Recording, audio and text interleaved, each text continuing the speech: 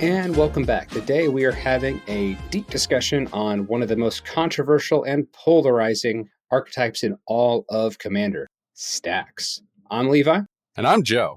And this is the Thought Vessel. Welcome to the show. So we're without Jacoby again, just because of life events, but we're going to keep pushing through. And we're going to talk about the very controversial archetype of Stax, where it's at now, where we think it's going to go, and what we can do to kind of fix that archetype in the format. Because I think that we're really pigeonholing or hindering what it could be. But Levi, I want to go fast. Why do I want to help Stax?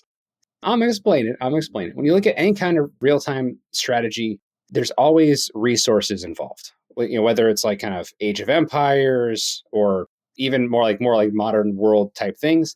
A big part of warfare and strategy is the economic side of things. Not exactly perfect here, but like when you looked at the movie, if you haven't seen it, definitely recommend it. The Ministry of Ungentlemanly Warfare. The entire operation was for the British military to stop a German U-boat station that was refilling and providing food for German U-boats that were preventing Americans from coming across the Atlantic and helping in the war. By shutting off the food supply, then the Americans were able to come over and assist in the war. That's kind of a general thing we see with strategy and warfare is there's an economic side to it. Stax, in a way, is the method in which Magic the Gathering has the ability to affect the resource side of the game. This, of course, is unpopular for a lot of people because they want to be able to just do their thing. Going back to the wars idea, a lot of the times during wartime, and especially with World War II, you had a whole bunch of rationing because so many different resources need to be going towards the war front. That happened in America with the changing in distribution of the workforce, since a lot of people got drafted and had to go over to war, the people resource. You had the food resource, and each nation even had their own specific resource that they didn't restrict, but still allowed people to have, such as tea with the British, fish and chips. That was so good for the morale of the country that they did not ration that ever. The same thing with Americans and ice cream during that same time. Ice cream was the thing that was not rationed for Americans. If we look farther back, we see passages in The Art of War from Sun Tzu that talk about attacking and making it harder for troops to sleep, or making it harder for troops to actually sit down and have a meal and constantly keep them off balance and sleep deprived, or making them angry or making them stressed, keeping them off of their balance in their gameplay. A lot of these strategies can be used to defeat a more powerful opponent if they're not able to get into the routine. If I had to go and be without sleep for like 24 hours, I've done it. It sucks. I'm not going to be the most effective person. I'm going to be like, okay, but where can I sleep, please? Absolutely not. One of my friends used to run the Mono Blue Sphinx typal commander. It was the one that did the Factor Fiction. Oh, God. Unesh? Yes, Unesh, Cryosphinx Sovereign. Effectively, what this commander does is whenever it or another Sphinx enters a battlefield under your control, reveal the top 4 cards from your library. An opponent separates them into 2 piles. You put one of them into your hand and one of them into your graveyard. What he would do is he would load up the deck, and it wasn't designed to win. He just wanted to play it early in the night. And he wanted to resolve this trigger and force his opponents to make as many decisions as they possibly could to just kind of wear on their logic. So later in the night that they would be kind of more burnout. It was like the most interesting psychological warfare I've ever seen. I hate this person on a morality and endemic level. I wish to never play against this person ever. Is it mean? Yes. Is it brilliant? Absolutely. I understand the brilliant. I would even say that's not even just mean. That is diabolical. That is a super villain. But it would work after playing against that game and like constantly having to make these decisions. And even he'll throw like random combo pieces that he doesn't have the full combo in the deck. So you have to determine if you think it's real or not. Truly evil. I hate that. I hate that so much. With that being said, there's a method to wanting to try to work with your opponent in some way. When you look at a game of Commander, let's talk bracket 3, bracket 4-ish, where like you're trying to make the strongest deck possible. If there's no way to interact with each other, it becomes this arms race of who can win the fastest. And we get into kind of more of a turbo being a common thing. That's why interaction is so important, because it gives the ability to disrupt someone's plan or stall them a little bit so you can kind of take the lead. If you look at a game of Commander more like a game of Mario Kart than a battle royale, it makes a lot more sense. And, You're trying to get to your finish line before anyone else can. and you, in fact, have talked about that on the podcast before. I remember that exact metaphor too. And you are always been the proponent of interaction. And that's why we are essential rivals on this podcast. It's the angel and the demon on the shoulder. With that being said, I want to talk a little bit about Stax today, because when we look at Stax as it currently stands, and I'm talking about a traditional Stax deck, a whiny constrictor working its way around the table, trying to hinder the opponents from doing things, always by default seems to push into bracket 4 or above. And the problem with this is there are some commander decks that are Stax decks that can handle being in that environment, but there's a lot that just can't. They're just simply not strong enough. And it's just about like, okay, I'm going to play a deck that it's going to be really hard to find pods that would have fun with this experience, because rule 0 is a very important conversation to have regardless. Even if you're in the right bracket, someone might not want to play against those kind of shenanigans. And then also being able to keep up with what's happening. Good example of this, I've got a friend who has an Azami deck, which is the wizard typo, tap, draw a bunch of cards, tons of interaction. If I play a standard Stax deck against it, he's going to let anything that doesn't affect him resolve, and anything that would affect him is going to get countered. So the only thing at that point I'm doing is I'm stopping the other two players from actually helping. That can be very rough, and especially because Stax has just such the stigmatization to it. I used to absolutely hate playing against Stax to the point where I built Group Hug to be as anti-Stax as I could. Give everybody the resource. Let the destruction reign. It can be tough going against a Stax deck, and it's not necessarily the most fun thing in the world, but there are some playgroups that enjoy kind of having that challenge, or they like teching against each other and building decks that can kind of fight through stuff like that. Not having the ability to work down to bracket 3 is very difficult. I can understand not wanting to do it in bracket 2, just because inherently you're not doing a whole lot of shutting off people's things in bracket 2. It's not really as restrictive. Like a turbo fog probably wouldn't end up in bracket 2 and stuff like that. When you look at bracket 3, just from the most recent update, players expect decks to be powered with strong synergy and high card quality. They can effectively disrupt opponents. They're likely to be value engines and game-ending spells. Win conditions can be deployed with one big turn from hand or over steadily accrued resources. And gameplay is to feature many proactive or reactive plays. If we look at things that are proactive, Stax is a proactive strategy. It is I think you're going to do this type of thing, and I want to stop you from doing that type of thing. And that's where we see a lot of those pieces. A lot of the pieces are typically very targeted, such as Rest in Peace with Graveyards, a Spirit of the Labyrinth to keep people from drawing more than one card. Rule of Law, only one spell per turn. Things that you can expect into a game, as well as maybe some niche pieces that would specifically nerf your play group because you're playing with them. You're obviously going to know what they're going to be doing. I think the issue with the brackets being the way they are is we don't really have a definitive way, when you look at the game changer list, of separating the unfun and the powerful. Because there's certain things that are unfun to play against, but they're not as powerful. Recently, we had a bunch of unbannings of cards that came off the game changer list, rather removed from the game changer list. Winota and Yuriko and Kinnan all get removed as game changers because they didn't want to have them in the command zone. The only legendary creature that stayed on the game changers list that wasn't a recent unban like Braids was a Stax Hall of Famer, Grand Arbiter Augustin IV. Deserved. It definitely unfun. It's not as powerful as I would say like a Consecrated Sphinx or Ad Nauseum. These things are a lot stronger. It's only one extra mana that's being restricted. And yes, it can be annoying, but that kind of sets the precedent of Stax is inherently powerful and we should stop it at all costs. I think the narrative around it is kind of extreme. Specifically, the other legends that were taken off because you're not really seeing them in the 99 of decks. You're mainly only going to see them as commanders, and their reasoning was, well, you're going to see them as a commander so you can make that decision. Whereas Grand Arbiter sometimes could just be blindsided because it's just in a random Azorius deck because, oh, hey, my spells are 2 less, but all of yours are 1 more. it's one of those things where it can be very difficult to parse that, understanding why that might still be on the game changers list. But I do agree that does set a bad precedent because you could still be running stuff like Thorn Animus, where everybody's spells are one more. There's three types of what I would call Stax pieces that exist. There are the universal. These will also hurt you.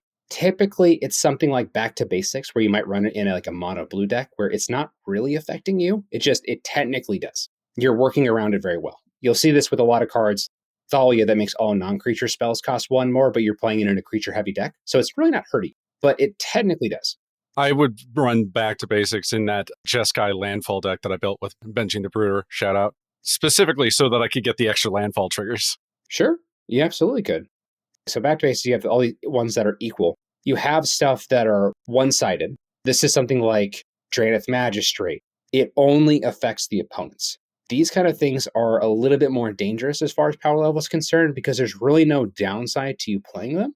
I had to take out Throne of the God Pharaoh from Six Doctor and Susan list. It was really, really strong in that deck because it immediately got copied. Everyone's spells that aren't me cost 4 more to play. It was a way that the game was over, but technically everyone's life totals weren't at 0 yet. Stax has this problem of ending the game without it actually being a definitive determination. You can kind of kick your way out of it, but you're in a submission hole. It's definitely rough because that's the whole reason for Stax. Since you keep limiting the resources and you've built the deck to conquer that, if you did keep it as a equal piece on the board, you have ways to fight that where your opponents don't necessarily do. And that's where it can either drag if you don't immediately win or become a feel bad when you're just, well, I came out to game and I'm not doing that. It's very much like that. The final one, too. And I think these are probably the most dangerous as far as the power level is concerned over the one-sided. They're kind of a trap for new players. Grand Arbiter Augustin, I think, is actually the original of these, which is kind of funny. I'm going to call them the Praetor Stax pieces. These are the Stax pieces where they give you a really good thing, and on the back end, they give somebody else a really bad thing. I think one of the most common or popular ones is Vorniclex, the original Vorniclex, where all of your lands tap for an additional, but then everyone else's tap and they don't untap. You may just want the mana positivity with like a little bit of hindrance, but as soon as that card comes into play, the whole game revolves around that Vorniclex until it's dead. It is, in fact, a jerk card for jerks. It is why it was originally on the Game Changer list. But I also realized why they took it off. Outside of you literally trying to do the combo with it and reanimating it from your graveyard for a single black, you're pretty much just going to ramp up to it as normal, like what everybody else is typically doing. When you have all these different types of Stax pieces, and obviously Vorniclex, 8 mana. These are a very big type of spells, but they just don't have explosive, I'm winning on the spot kind of a thing. It's very much white style of victory where it's just accruing over time, or like we're just really locking you down with all these extra rules and regulations. We look at this and we also have different styles of Stax decks, as I'll call it. We have what I like to call the monocolored Stax deck that we see. This is something where it's a very niche strategy that doesn't get affected by a lot of Stax pieces, so they're going to throw them default in the 99.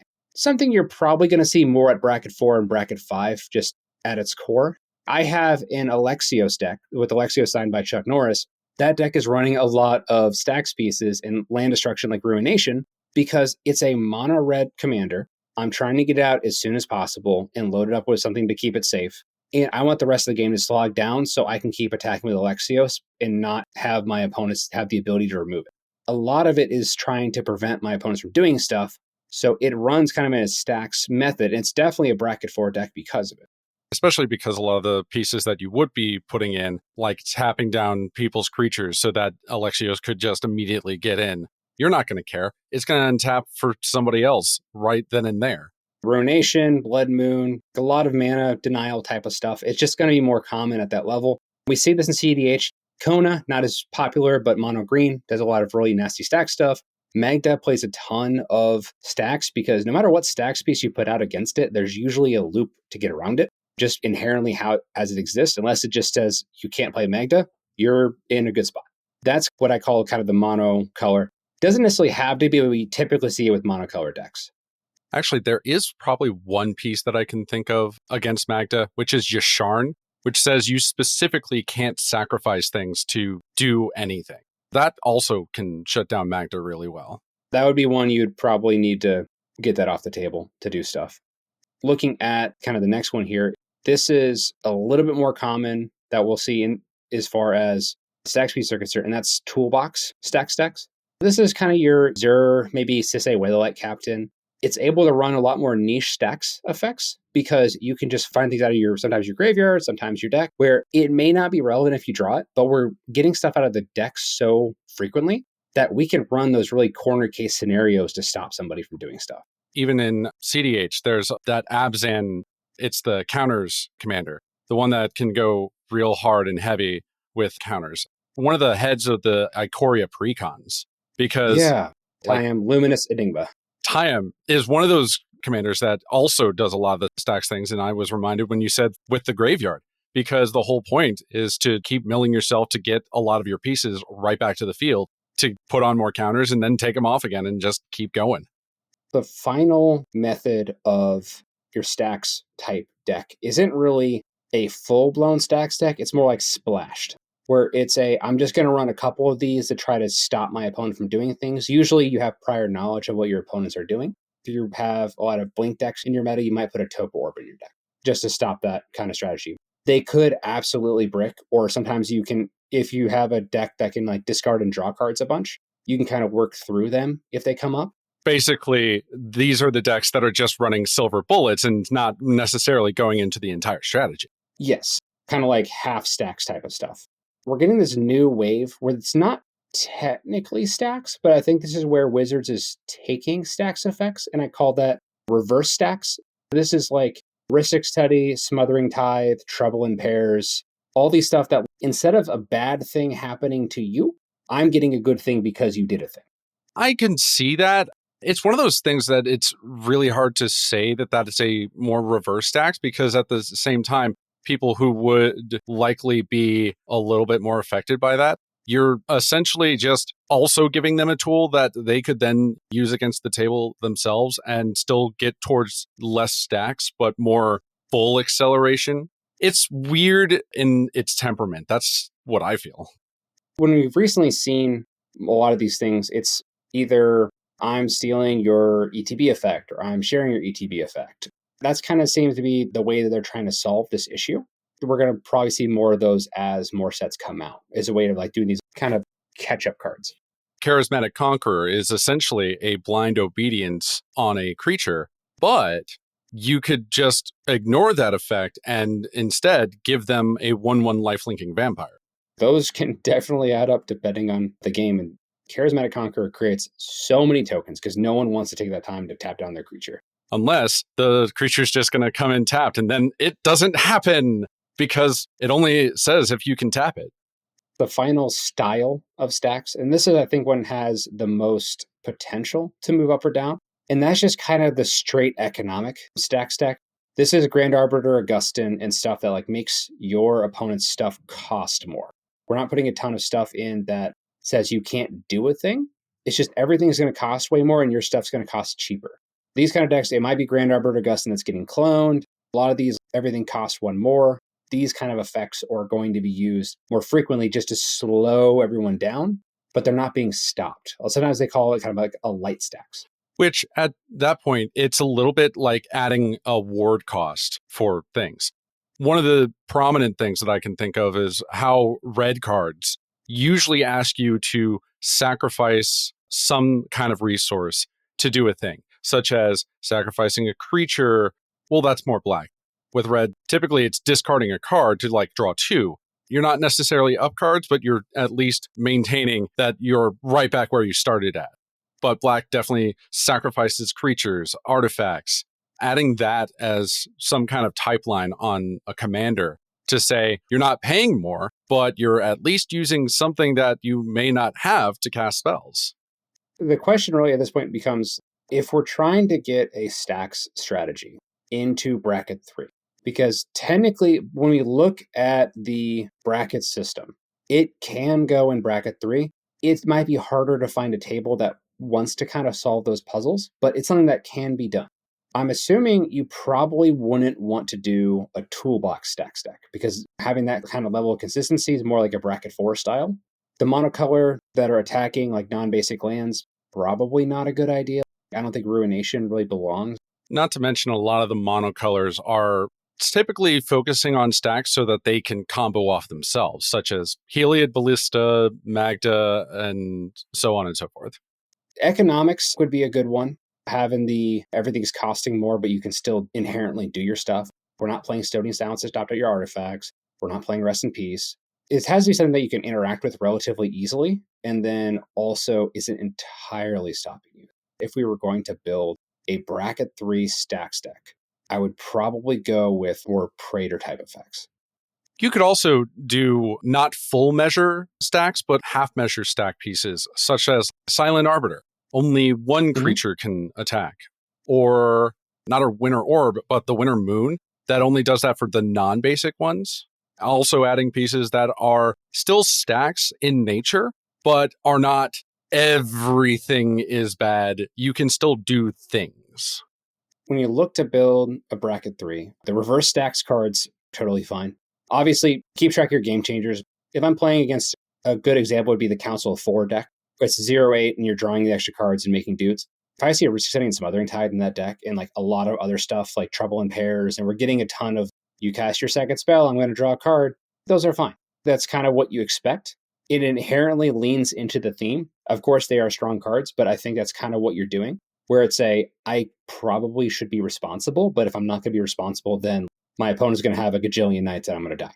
Even then, you could probably still run a lot of the you can only draw one card a turn thing, going back to that Spirit of the Labyrinth.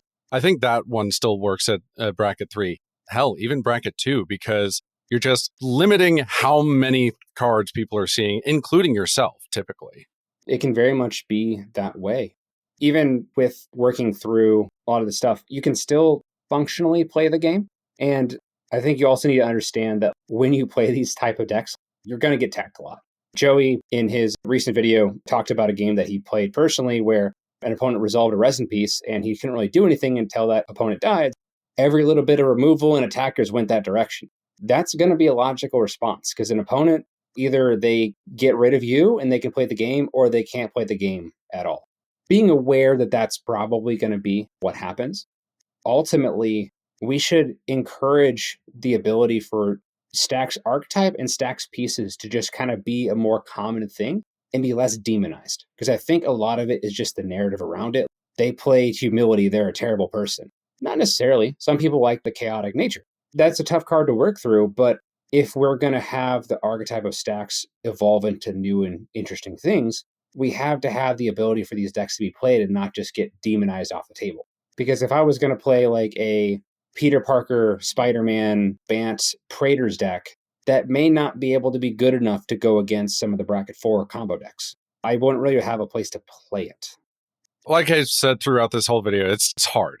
It is just hard to get that good range in which you want to have the deck be at a bracket 3 without necessarily everybody just hating you out of the game. It is, and I think a lot of it is just going to be finding your people. Because there are some, I like going in Stax decks. I like having the puzzle and having games where it doesn't just everything gets out of hand and we just have to find a board right whenever we die. I like a little bit more of a nuance and a little bit more of a strategy involved. Stax is totally fine at my table. There may not be a lot of people that have my opinion, but that's kind of the way I look at it. Ultimately, we have the ability to make these decisions. You have the ability to pick who's going to be playing at your table, exercise those rights. Don't be afraid to play stuff that slows people down, as long as it makes sense with your group. Also, don't be afraid to start the conversation saying, hey, let's actually talk. What makes you think that this should be valued higher as power when it's not necessarily winning that much? Even with the updated bracket wording, they even put in, typically this deck will win at this kind of turn, but Stax inherently tries to keep pushing that. It's one of those things that talking to people after hearing this podcast, go spread the word, tell them, listen to the Thought Vessel.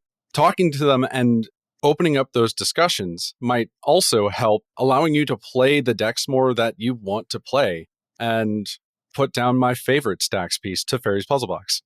If you were to recommend one Stax commander to try at bracket 3, what would it be? Truthfully, as I was thinking through this video, I thought it would be very interesting to play Yigra as a Stax commander. Because if you're turning all of your opponent's creatures into food that inherently make them artifacts, then you can do a little bit more of collector oof shenanigans. I can find some others because you'll typically see a lot of the stronger and more pointed stacks in green-white. And there's probably going to be an Abzan commander that would better be used for that. That's not Tyam. Don't do Tyam in bracket 3 as Stax. I think that's a good example. My personal one that I usually point to people if they want to build stacks at bracket 3, I like playing Laesa, Shroud of Dusk. That commander comes into play and says, whenever a player casts a spell, they lose 2 life. Inherently, it's a flying lifelink. It's a 5/5, and it says rather than paying the 2 previous times you cast a spell, you can pay 2 life. You load it up with a lot of stacks pieces like Kumbal, Consultative Allocation. You can do Blind Obedience. You can do Drana and Linvala, using the stacks effects, not necessarily to stop what they're doing, but to greatly affect their life total. Changing that S position from stacks to taxes. Yeah, and then having some things to kind of slow people down or having them use their resources further to enhance it. I think it's a very fun style of commander. You're definitely going to be the James Bond villain at the table, but it's a fun kind of deck to play. I would have gone with Sheriff of Nottingham, but that works too. Either way. Did you have any final thoughts, Joe? Like I said previously, I have not necessarily been a fan of stacks. I've definitely changed that opinion while going into CDH. I even tried to make my own CDH stack deck with Prismatic Bridge just to put the pieces out. But it is a tightrope to walk to find what pieces you need to work on, what pieces that you need to put in, and specifically which ones are not necessarily going to be good in a play group and will have you either targeted out way too much or regarded as you're playing in a higher bracket.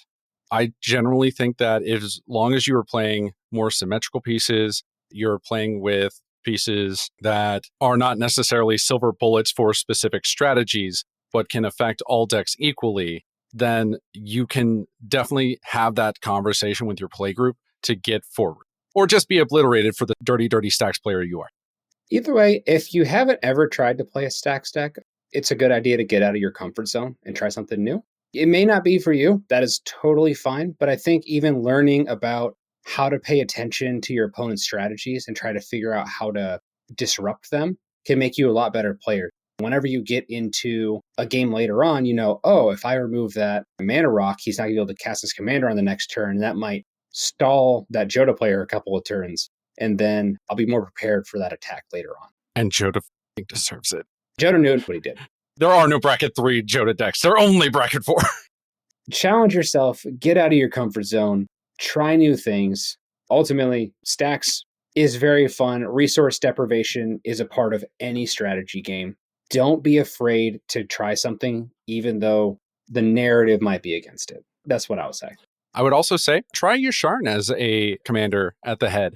See how many people realize, oh, wait, did I bet a lot of strategy on sacrificing things or paying life? Uh-oh. Whoopsie. That is all the time we have today. Joe, of course, I know Stax isn't your favorite, but I appreciate you. I pitched a Stax-themed episode, and you were like, okay. It's not my favorite, but it's fine. It's fine. This has been the Thought Vessel. You have a fantastic night. Or day. Yeah. Whenever you're listening to this. Don't get taxed. Stay staxed. I feel like those are not mutually exclusive.